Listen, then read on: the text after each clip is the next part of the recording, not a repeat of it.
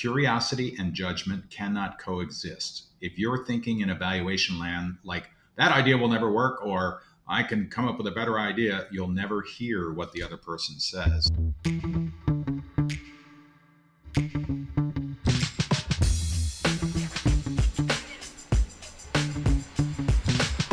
Welcome to Relationships at Work, the leadership podcast helping you build workplace connection, improve culture, and avoid blind spots. I am your host of the show, Russel Lolacher, a communications and leadership expert with a couple of very successful decades of experience in both those areas, and a whole heap of curiosity, just like yourself, on how we can make the workplace a better place. As leaders, we can have some pretty great ideas. We can have some pretty grand visions and missions. We can see the future. We can want to change the organization. But it means nothing if we're doing it by ourselves. It means nothing if those around you don't believe in what you're trying to do. This could also be things like budgets. It could be things like strategic plans. Regardless of whatever it is, as a leader, getting employee buy-in is so integral for us to move anything forward. Because if they don't buy in, you're going it alone. And that's not leading. That's lonely. My guest today, he's going to dig into it and tell us how best to approach employee buy-in. Because truthfully, it's a piece that I do not think gets enough attention. Hold on.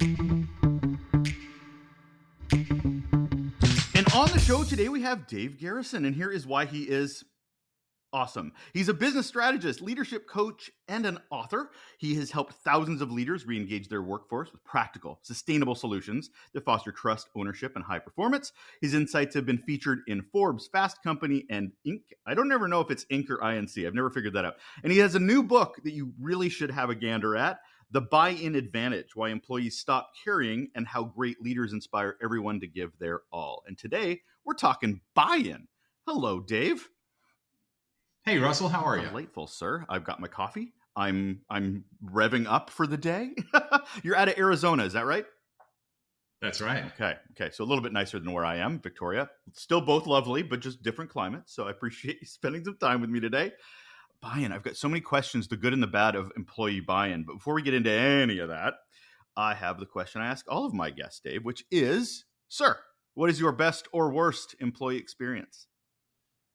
My best employee experience is I had a boss early in my career who believed in me. And at the ripe age of 25 years old, he put me in charge of 2 broadcast stations, a rock and roll station and a news station in the 25th largest market in America. And honestly, I don't know I would have done that because I really didn't have any idea what I was doing. I'd sold advertising, and that was pretty important in the broadcast business to keep it afloat. But it was a great experience because he believed in me. He allowed me to make mistakes. And then he was there to catch me and say, okay, what the heck just happened? His name is Jack Clifford. He's also a guy, if you're a foodie, he's the guy who started the Food Network early on at the Weather Channel. I mean, just a guy who's very creative. I'm very grateful to him. So as a former radio guy myself, I've got a few questions on that I want to follow up with. So if you were in sales, my experience with sales guys aren't broadcast people. They don't really have much experience when it comes to the community engagement's not the right way of saying it, but it is all about selling airtime, selling space, not necessarily the on-air, what sounds good, what doesn't sound good. Did you have experience with that already, or was that something you also had to learn?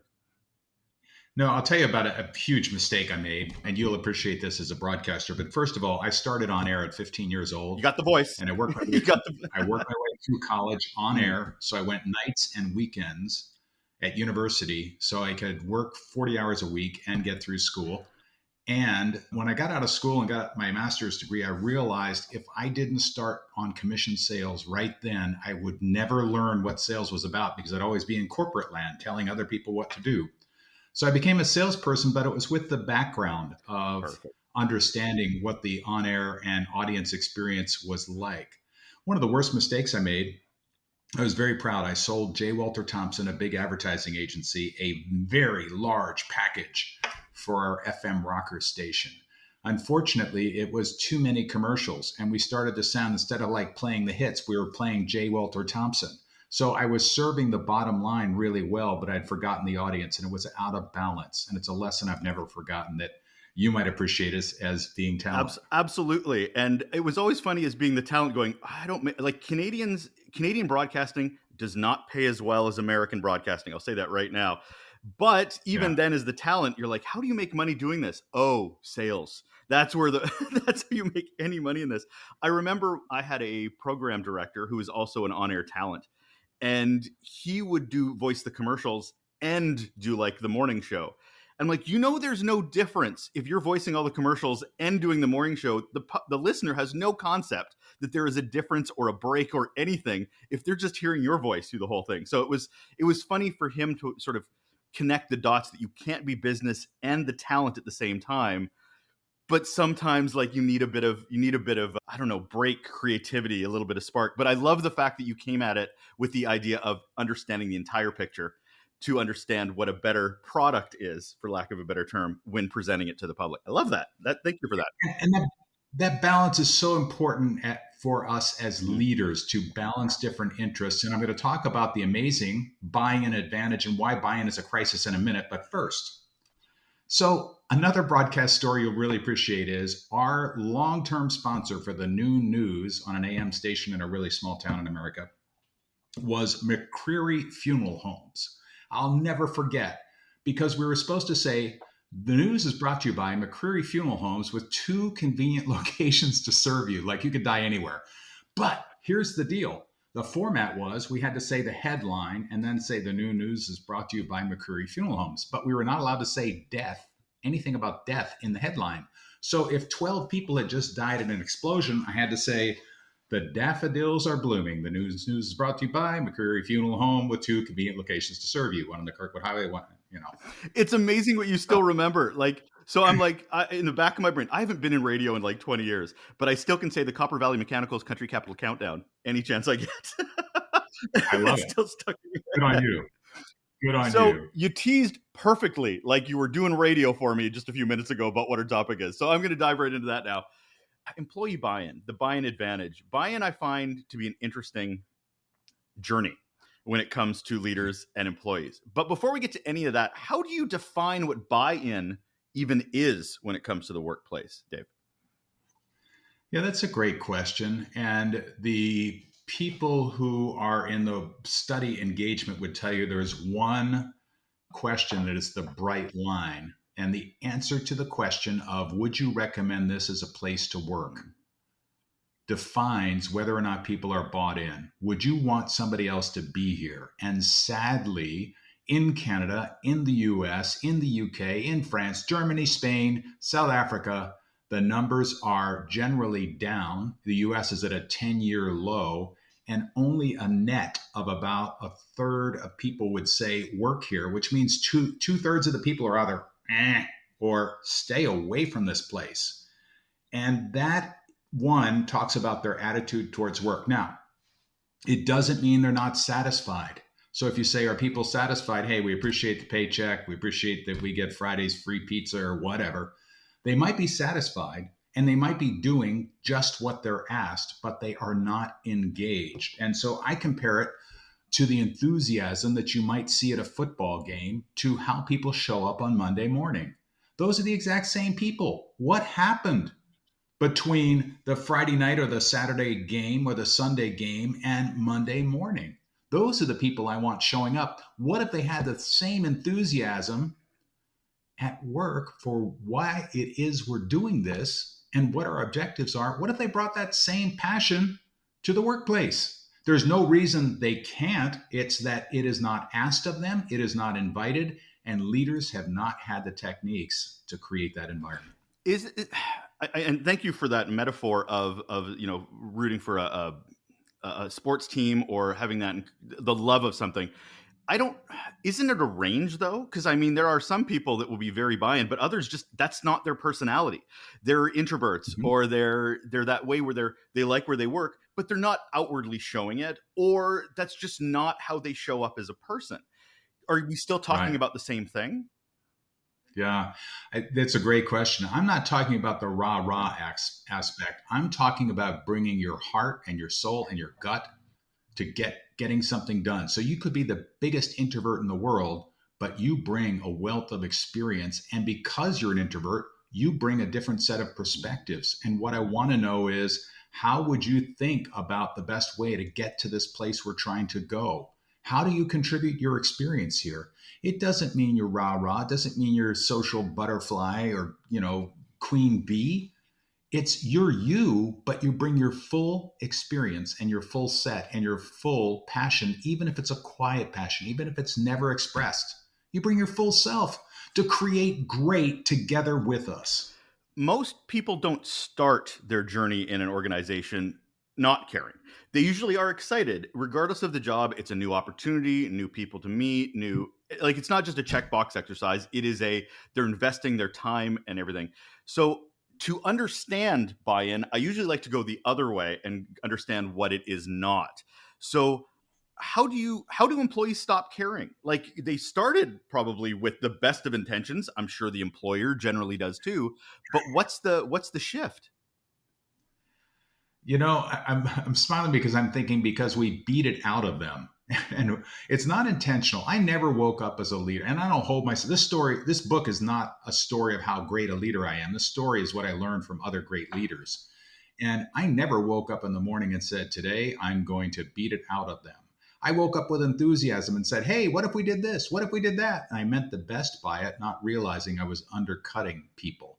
And so, it reminds me of a t-shirt that I love. I'm a pilot, and the USA CAA is the FAA, as you know. And so I love this t-shirt that says, the beatings will continue until morale improves. And so what we do is we tell people what to do, and then we ask, do you have any questions? Or we try to sell them on how great it is, as opposed to inviting them to engage and allowing them to participate. And so eventually, as an employee, you learn that's the game, that's how it works, and that's what you can expect. And so you're delighted and surprised when you come into a culture where people matter. So what are leaders missing in that shift? Because like you said, if you're showing what they're doing to beat them, what are they noticing about, to use your metaphor, to look at the employee? If they need to be situationally aware, what are they looking for? What are some signs that maybe we need to recalibrate what our leadership even looks like to get buy-in? Yeah, there are warning signs. And in fact, we have a free online assessment tool. You can, in 90 seconds, assess for yourself if you have a buy-in issue at www.buyinbook.com. 90 seconds, you evaluate yourself. It's free. Check it out. Here are warning signs. People do the minimum asked and no more. Meetings are canceled or start late or run late. You lose key talent. Objectives are missed. It's things like that. And you go, oh, well, we'll just set a new set of objectives. And you kind of know that other stuff's going to come up. There is no clarity about priorities. People couldn't tell you what the compelling purpose of the business is, why it exists. But again, leaders are not trying to make this a failing situation. They are not trying to continue the beatings until morale improves. Nobody is trying that. But there are 4 myths that leaders need to unbelieve before things will change. Here are the 4 myths. One is, we've been taught since we're wee lads that there is a teacher that has all the answers, and there is only one right answer.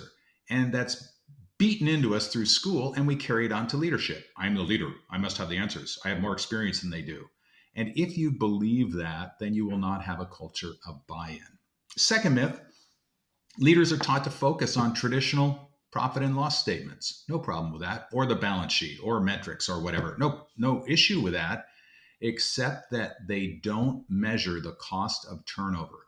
They don't measure the cost of lack of engagement. It's not in your face and you don't see it every day. So you need to put in extra effort to recognize it's people who are making all this stuff happen. What if everybody was pulling in the same direction and really cared, and measure that? Leaders are told that the war for talent is all about money. And if people leave, it's because they leave for a better job, which we call out as the greatest lie of all time in the book. People, oh, I'm leaving for a better job. It's the polite thing to say. What am I going to say? I'm leaving because you're a jerk? No. research shows that purpose and values are equally important, if not more important than money in some cases. People will leave you for less money if they feel like they can better align with a compelling purpose. And finally, leaders are encouraged to ignore people as part of the equation. It just does not come up. So here's a question for you. When you look at your business's quarterly objectives, how many of them have to do with improving engagement or improving the quality of the work experience based on the data you have from what people say and people's ideas? At most businesses, it's like, no, no, no, no, no. We're going to focus on how do we improve sales and what can we do to improve productivity and blah, blah, blah, blah, blah. But it's people making that happen. So what would happen if you said, hey, how do we improve the experience for our people? Because that drops to the bottom line. Oddly enough, where engagement is higher, productivity is higher, profit is higher, safety is better, innovation is higher, and customers are happier. I don't have to tell you, you walk into a government office there in Victoria, and there's a certain vibe about the office and how government employees feel about their jobs. And this is not all government offices, but most. And then you walk into a store that has employees who are delighted and they don't have to say a thing. You can feel it before they say anything by how they behave. So, how do you want your customers to feel? Your employees are customers, they are your internal customers. Do they get the same amount of attention and love that your external customers do? There's a question. I think most organizations, and they don't mean to be, but are unbelievably hypocritical about what they think leadership is. Because to your point, everything you've described isn't leadership. It is management. It is delivery. It is an Excel spreadsheet. It is not the humans that actually get. How I like to describe it is leadership is not the what, it's the how. It's how you got there. It's the people that got you there. It's the journey to. Don't get me wrong, the destination has to be important. It has to be a goal. But who's in the boat with you? Who's are they all rowing in the same direction? Are they going to start their own boats? Man, I'm going down this metaphor hard. But needless to say, I think a big part of that is that we are mislabeling leadership. And to your point, all those myths come down to if we actually taught it and actually treat it seriously, we would be showing up in onboarding, performance reviews, all these things that talk about how did you grow your team? What opportunities did you provide? So that makes me start thinking, where do we start, Dave? Because there's so many areas where we can jump in and get a little bit more serious about what buy-in looks like. But to the employee, to the culture, we do need a starting point. Where would you recommend that? Maybe for the leader, the team, maybe even the organization's culture itself. What do you suggest?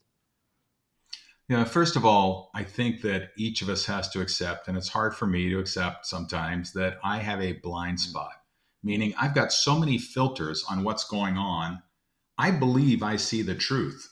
And what I have to accept and remind myself all the time is I do see the truth, but it's my truth, not your truth.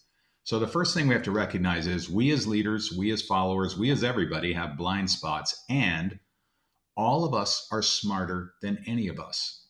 When we work collectively, we can come up with better answers. And one of the things we talk about in the book, for example, is collective genius.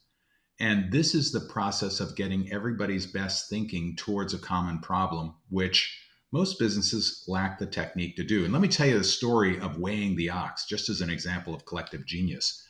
So early 1800s, rural village, UK, ag community, there's an ox hanging there. And the statistician, Sir John Galton, says, I wonder if people can guess the weight of the ox. And the 800 people who come all guess the weight, and they're all wrong. But being a statistician, he takes the average, and people are within a couple of pounds of this 1,200-pound ox. And so all of them are smarter than any of them. Fast forward, the U.S. Navy loses a submarine in the 1960s, and they have to find where it is in the North Atlantic. So they sent out the last data they had to 100 experts around the world. People are experts in weather and metals and oceanography and all this stuff. And processing the answers, they identified where the submarine is within 200 yards. Fast forward to the last US presidential election.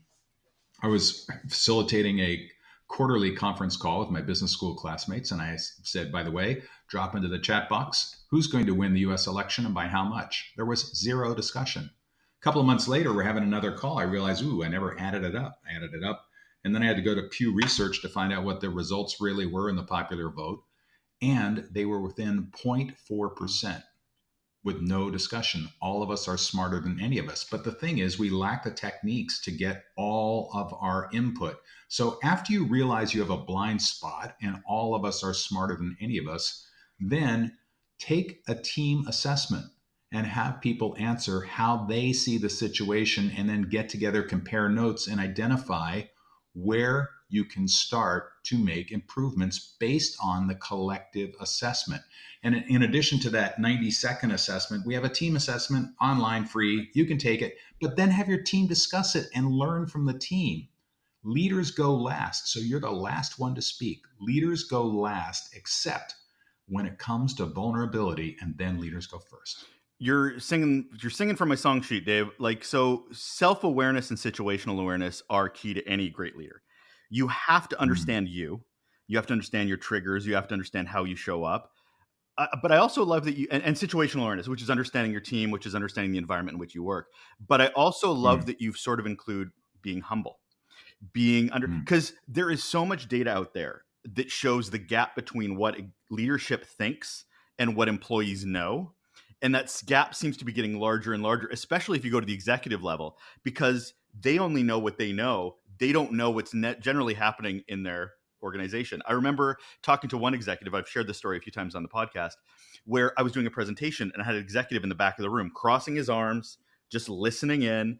And at the end of the presentation, he goes, "How do I understand what my culture is? Only these two people will talk to me." I'm like, "You mean your two staff are the only people that talk to you? Get out of your bloody office. Go talk to people." Like, you are creating your own tower in the sky of disconnection. But that was his understanding of culture, because he was an other. He was a self-imposed other. So I love you talking about being humble, understanding that you don't have all the answers, that there is a way forward if you're vulnerable enough to ... So understanding self-awareness, situational awareness, humble abilities. But as a leader trying to understand buy-in, what if your employees are skeptical? What if they're hesitant? Because we'll have the best of intentions, we'll believe in the message, but your staff are like going, "Yeah, this is the first time I've ever heard the vision or mission. How come nobody ever talks about that?" Like, there is this disconnect because maybe we're trying something new for the first time, or say somebody's listening to this podcast and going, "I'm going to start buy-in tomorrow," when they've had a horrible relationship to date with their employees. So they're more skeptical. How do you turn the boat? First of all, I would ask, what's your ability to control anybody else or their thinking? You can tell, you can badger, you cannot control what anybody else thinks, but you can be honest and say something like, "Do you know what? I'm trying something new. I am committed to this. I'm going to stumble. I may not do it perfectly, but I'd ask you to give me some grace, because I want to work together with you to create a better workplace. So if you'll come along, we're going to try stuff. I'm going to do my best to listen to your feedback as we go along. I'm going to lay out a process and ask you to lean in with me. And it's going to be, we're going to have stumbles along the way, but I believe we can do it. And I'm willing to try different things. Would you be with me?" And just invite people in. So almost like a co-creation. It is all co-create. We, in the book, The Buy-in Advantage, we call it done with, not done to. Done to is, okay, let me tell you what our goals are. Any questions? Great. I'm delighted to know what your goals are. So what's for lunch? It doesn't mean anything. Co-creation means, here are the goals that the executive team has come up with. I'm curious to know, one, do you have any questions about them? Two, how do you see our department contributing to these? And three, what would be our first steps? Who would like to take on that plan? Where's the, like, and it's funny, this kind of ties back to our original conversation about broadcasting. It's about talking with, not talking at, which unfortunately a lot of people do that. And radio, hey, you're in a room by yourself talking into a microphone. It feels like that sometimes, when literally, if anybody's listening to you, they're listening to you by themselves in a car. So you are having a one-on-one conversation. So this pulls me back into this of, okay, so we are co-creating this buy-in with our staff.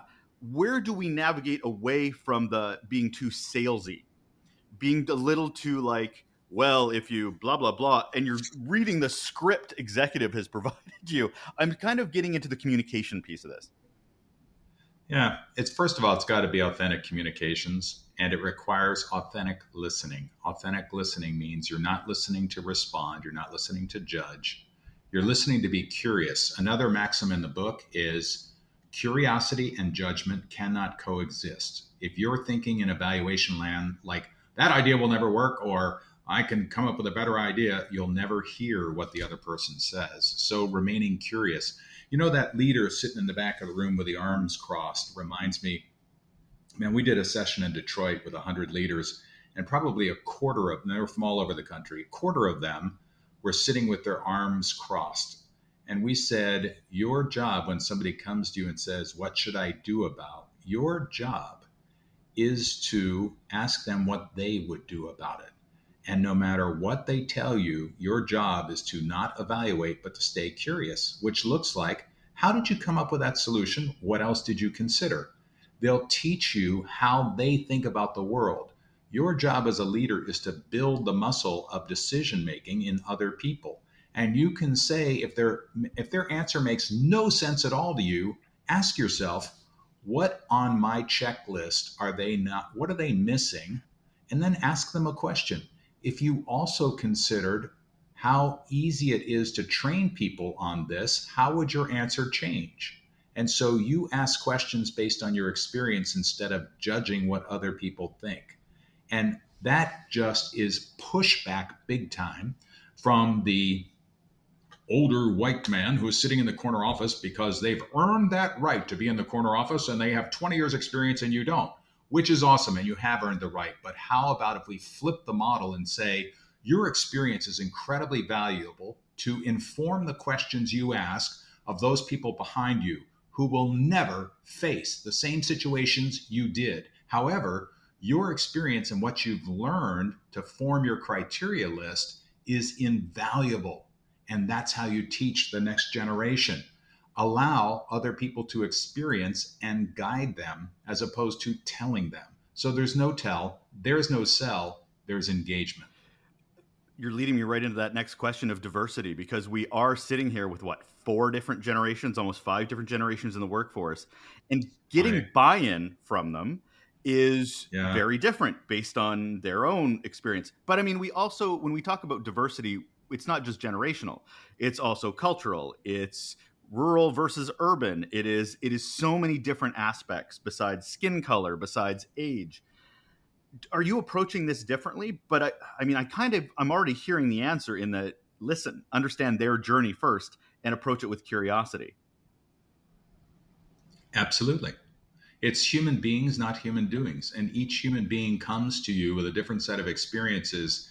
And when you can tap into everyone's experience, it doesn't require discussion. When you can tap into everyone's experience, you can come up with more choices. The more choices you have, the better choices you're able to make as a leader. The better the choices that the team has contributed to, the more buy-in there is. The more buy-in there is, the better the results. It's a pretty simple formula, but it's different than what we've tried in the past.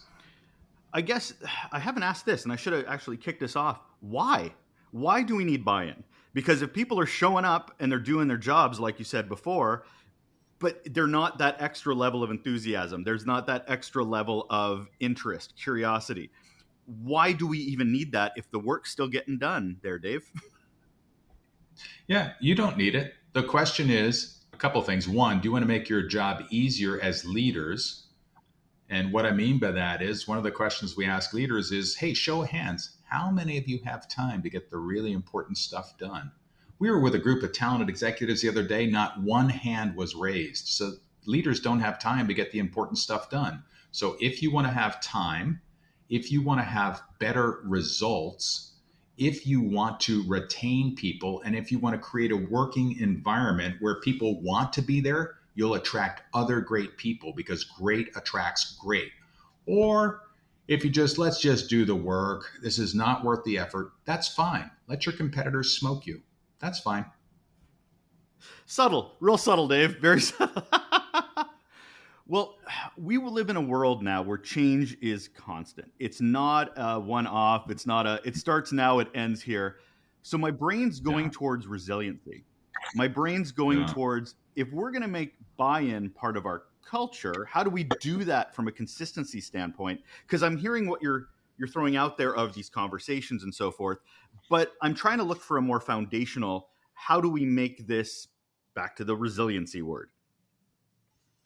Yeah. So, a couple of different things about that. One is let's talk about uncertainty and change, and then let's talk about how you can sustain it.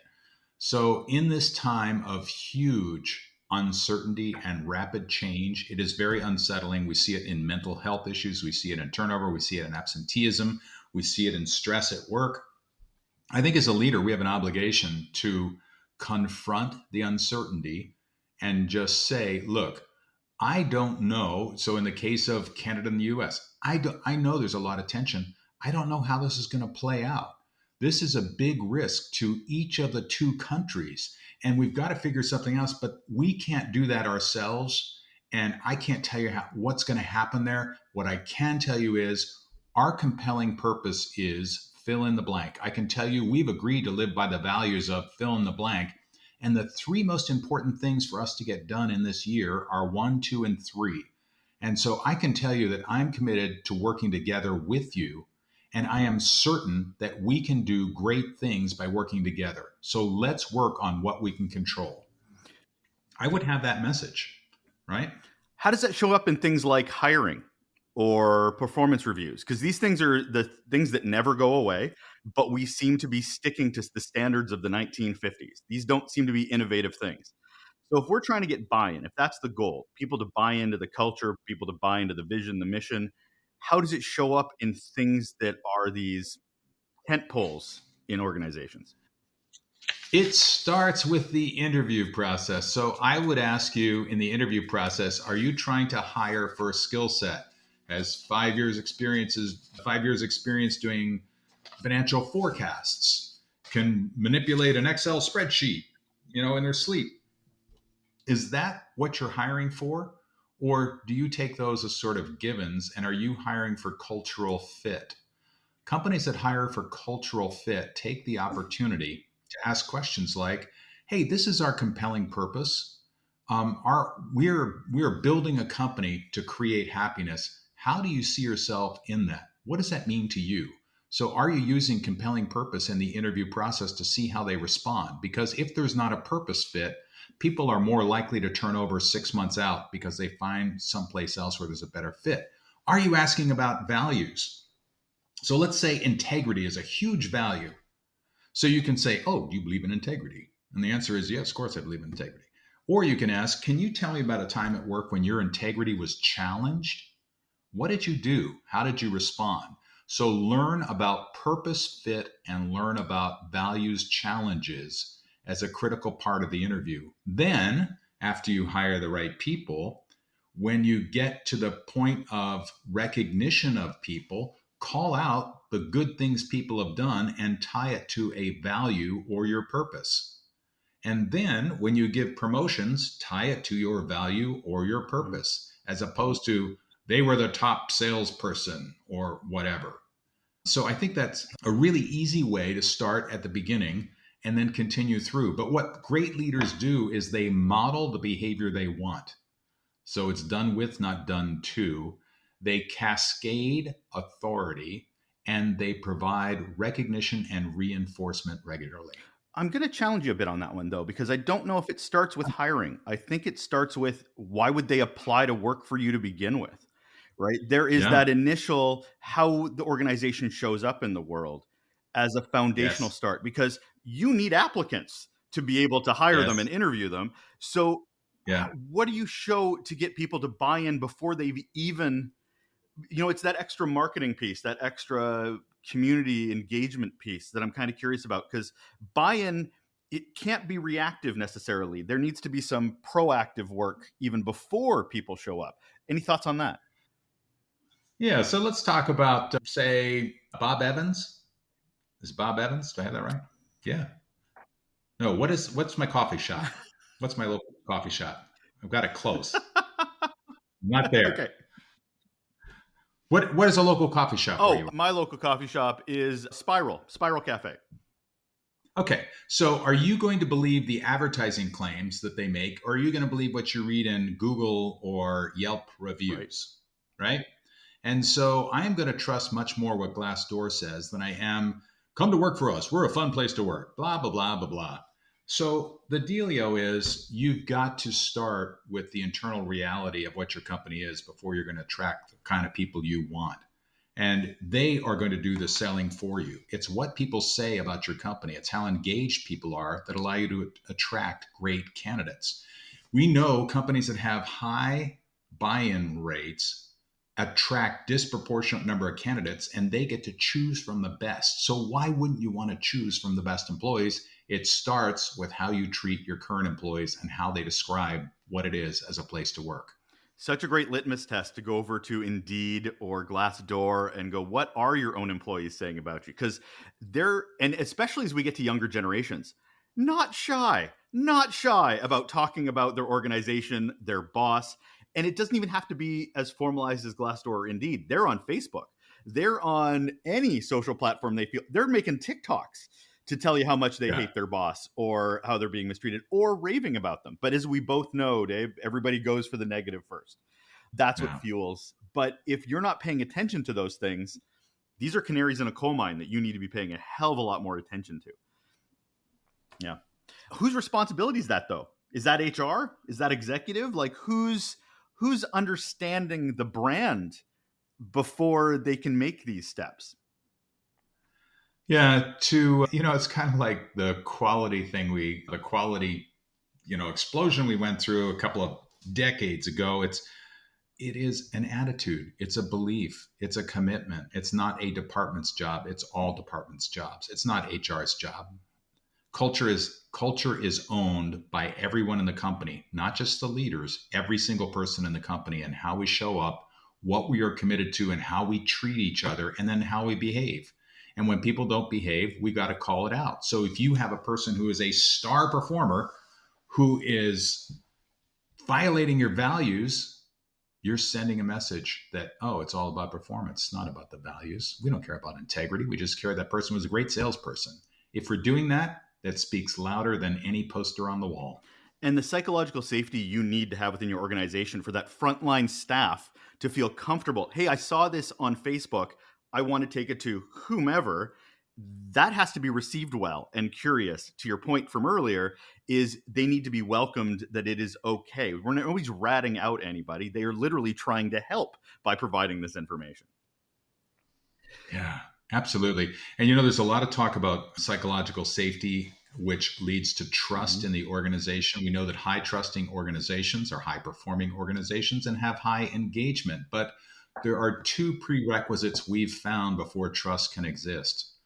First, a person needs to know in their heart they are seen as human beings, not human doings, meaning the people around me and my bosses see me as a human being with a full set of other interests and they see who I am and they're curious about who I am and they care. So if you're in a caring environment, it's a first prerequisite. The second is that people around me and particularly the people above me are vulnerable. They are willing to say, I don't know. They're willing to share what real life looks like about their mistakes. They're willing to be real people. And when leaders set that vulnerability, then you're inviting other people to be vulnerable. And that's why we say leaders go last in offering opinions or ideas. Leaders go last, except when it comes to vulnerability, and then leaders go first. There's something we don't often talk about, which is the bad side of trust. We assume trust is good. I'm like, no, employees can trust that their bosses won't have their back. They can trust that their boss will not support them.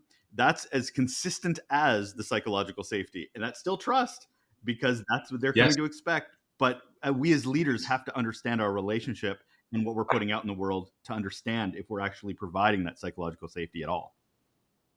Yes. And if you could, for example, ask an employee, hey, I know that trust is really important because I read that or heard it on Russell's podcast, So I'm curious to know, is this an environment where people can feel a great deal of trust? And people go, oh yeah, boss. And then you walk away and go, If you say, well, that's interesting, are there any examples that you could cite that people might point to support that?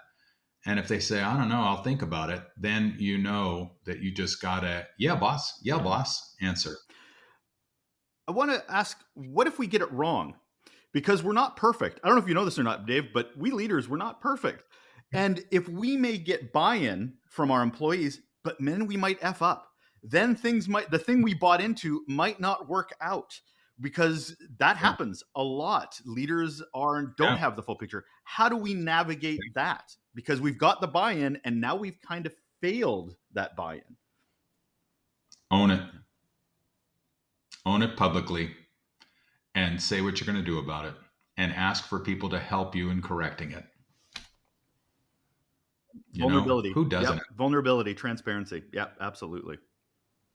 Yeah, we've all been there, believe me. So if I'm listening to this podcast going, damn it, Dave, I want to get this buy-in thing you're talking about. This sounds right. Besides, picking up the book after listening to this podcast, what would you suggest is their first step tomorrow? As in, where do they... Don't wait till tomorrow. Now. Today. Right now. Do it, damn it. Today, take 90 seconds. If you've had time to listen to this and process it and say, man, I'm going to try it, go to buyinbook.com, take the 90-second self-assessment and rank yourself. It doesn't cost anything. Just see what answers you come up with. And then if you want to move forward, get your team to take the team assessment and then compare answers and say, look, I am committed to trying things differently. I'd like to know what you're experiencing, and together, I'd like to begin on this journey. And if that feels right to you, grab the book or listen to the book or whatever and share it with a team and begin the journey by collectively deciding what it is we're going to do first. Simple stuff is easy, like more effective meetings or getting more curious with employees or coming up with a way to treat people like human beings or to increase vulnerability, whatever it is. You decide where to start. Every chapter in the book can stand alone, and you just pick where you want to start and give yourself grace to stumble and reinforce what's working well and celebrate together and be real with people. Look, we haven't always been great at this. We're going to try something new. Will you please work with us? And let's do this together, because it's going to be so much better for everybody. And try it. That is Dave Garrison, business strategist, leadership coach, and author of a brand new book called The Buying Advantage: Why Employees Stop Caring and How Great Leaders Inspire Everyone to Give Their All. Thank you so much for being here, Dave. Appreciate it. Russell, thank you. Great questions, and have a great journey. Just start with the first step. Man, we sound like two old radio people, I tell you. The voices. Thanks, Dave. That's it. We're done. Another episode of Relationships at Work, the leadership podcast helping you build workplace connection, improve culture, and avoid blind spots. I'm Russell. Thank you once again for joining us. That'll do it for another guest episode. That was Dave Garrison. Phenomenal insights into how we can get employee buy-in. We're not done yet. We've got a solo episode that's coming up just around the corner. That's going to be on Thursday. And then we're right back here next Monday with another phenomenal guest. This one is Rick Jovanovic. He's talking about relationships. Hey, we love relationships on this show. It's in the title of the podcast.